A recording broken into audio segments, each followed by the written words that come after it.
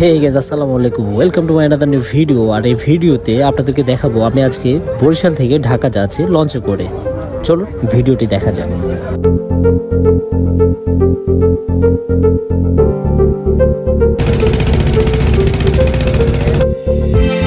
ঢাকার উদ্দেশ্যে যেতে চাইলে প্রথমত যেতে হবে আবার লঞ্চ ঘাটে। তো আমি ওই লঞ্চ ঘাটের উদ্দেশ্যে রওনা হয়ে গেলাম। সামনে পেয়ে গেলাম আই লাভ বরিশাল। সত্যি অসাধারণ বরিশালটি।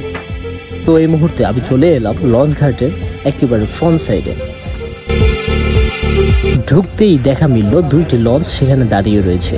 যদিও আগে অনেকগুলো লঞ্চ দাঁড়িয়েছিল। এখন আমরা ডিসাইড করছি কোন লঞ্চটিতে যাব। পরক্ষণে অনেকক্ষণ ভাবনা চিন্তার পর যুবরাজ 9 লঞ্চটিতে আমরা উঠে যাই।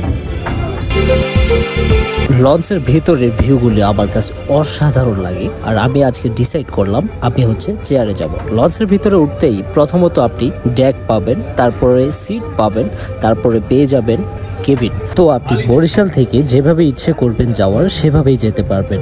তো ভেতরে সিট রেখে চলে এলাম সোজা বাইরে একটু ভিউগুলো দেখার জন্য। খুবই সুন্দর ভিউগুলো একটু উপভোগ করলাম। তারপরে লঞ্চটি ছেড়ে দেয় এবং আমরা ঢাকার উদ্দেশ্যে রওনা হয়ে যাই।